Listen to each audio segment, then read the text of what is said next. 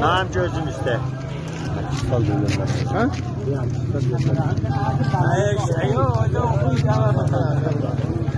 Şöyle zoyu.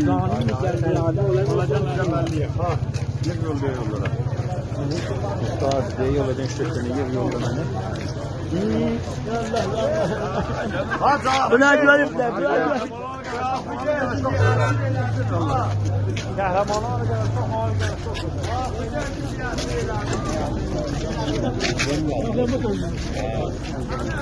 Yakıza kurban olalım. Selamünaleyküm.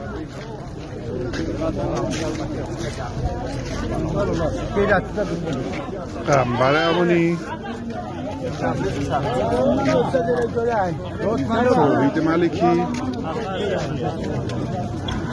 Hidayet Hamzadi.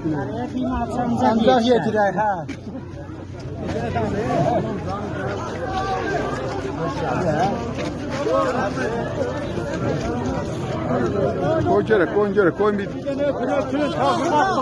Allah'ı koydum geldim bana nasıl demeyin. Ben fetha oluyorum. Kırmızı şeytanla. Ay şeytan ne bileyim şeytanla. Rahimi Yani Talebi. kimse anlamaz mı şeytan gibi.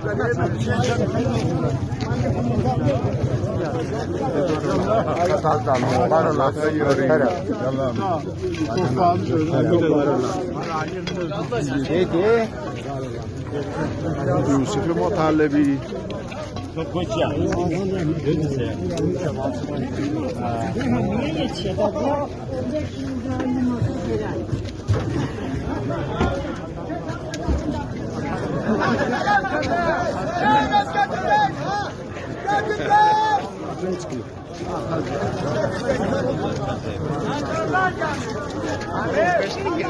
Azadiye Varsajşiye Qaraqaşlar.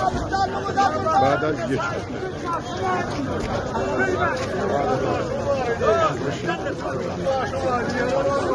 Serdarlar yani, serdarlar.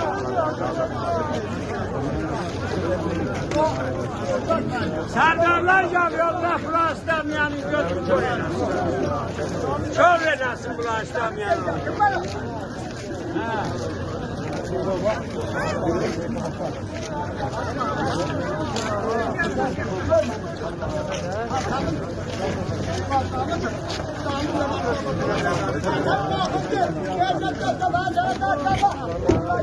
Yani danışıyor. Adımızın aşağıya. Mahiye Meleki.